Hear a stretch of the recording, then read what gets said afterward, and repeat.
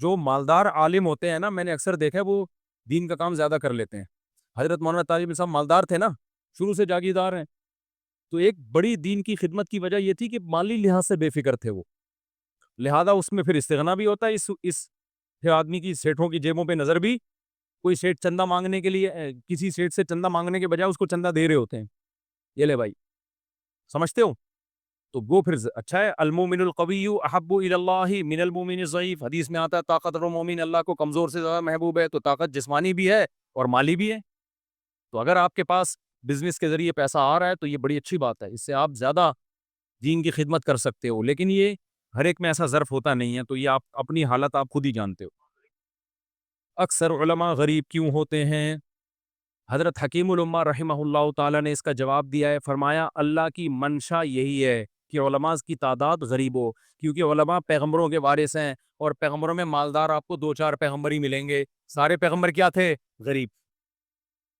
سلیمان علیہ السلام مالدار تھے، داؤد علیہ السلام مالدار تھے. اس کے علاوہ تو ہمیں کوئی پیغمبر نہیں ملتے جن کو اللہ نے دولت دی. نوح علیہ السلام کو غربت کے تانے دیے قوم نے، ہے بھائی. ابراہیم علیہ السلام تو ہجرت کر کے پورا ملک ہی چھوڑ کے چلے گئے، صحیح ہے نا، غربت ہی غربت. اور موسیٰ علیہ السلام، ہارون علیہ السلام، فرعون تو تانے دیتا تھا نا سب کو. اور محمد صلی اللہ علیہ وسلم جو پیغمبروں کے سردار ہیں وہ تو سید المساکین تھے، مساکین کے سردار تھے. 40 سال اس دن گھر میں چولہا نہیں جلتا تھا. تو حکیم الامہ نے فرمایا اس سے پتہ چلتا ہے کہ جو بھی مذہبی مقتدا اور لیڈر ہوتے ہیں ان میں میجورٹی اللہ کی منشا ہے کہ غریب ہی رہے گی. اس لیے اپنی غربت پہ آپ اب راضی ہو جاؤ. ایک آدمی نجومی کے پاس گیا، ہاتھ دکھایا. نجومی نے کہا تم 10 سال تک غریب رہو گے. وہ بڑا خوش ہوا کہ 10 سال کے بعد تو پیسہ آئے گا. اس نے کہا اچھا 10 سال کے بعد کیا ہوگا؟ اس نجومی نے کہا غربت کی عادت پڑ جائے گی تمہیں.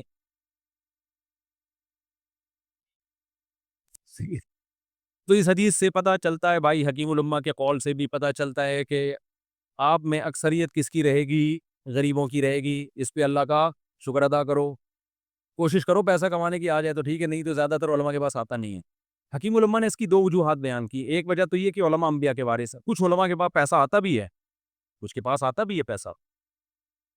جیسے پیغمبروں میں سلیمان علیہ السلام کے پاس، داؤد علیہ السلام کے پاس پیسہ آ گیا نا، تو کچھ علماء کے پاس بھی آتا ہے. لیکن میجورٹی غریب رہے، اور یہی ان کے اہل حق ہونے کی علامت ہوگی.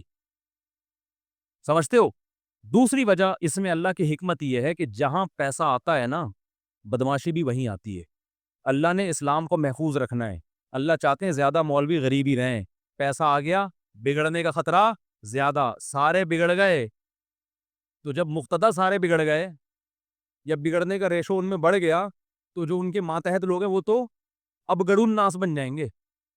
ابگڑ، کمپیریٹیو ڈگری، اس میں تفضیل. وہ کیا بن جائیں گے؟ یہ اگر بگڑیں گے تو ان کے مریدین ابگڑ ہوں گے، ان سے بھی زیادہ بگڑیں گے.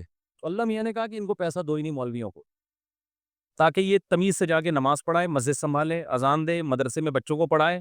ادھر پیسہ آیا بولے گا جاؤ مدرسہ، جاؤ مسجد کی امامت، تھائی لینڈ جائے گا اور امریکہ جائے گا، ادھر جائے گا، تھوڑے دنوں تک حلال عیاشی کرے گا، اس کے بعد اس بات کا امکان ہے کہ حرام میں پڑ جائے. تو اللہ میاں نے کیا کہا کہ بھائی مولویوں کے پاس میں نے اپنا مذہب بچانا ہے، زیادہ تر مولویوں کو پیسہ نہیں دینا تاکہ یہ دین میں جتے رہیں. پیسہ جب آتا ہے تو بھائی نماز پڑھنے کا دل نہیں چاہتا.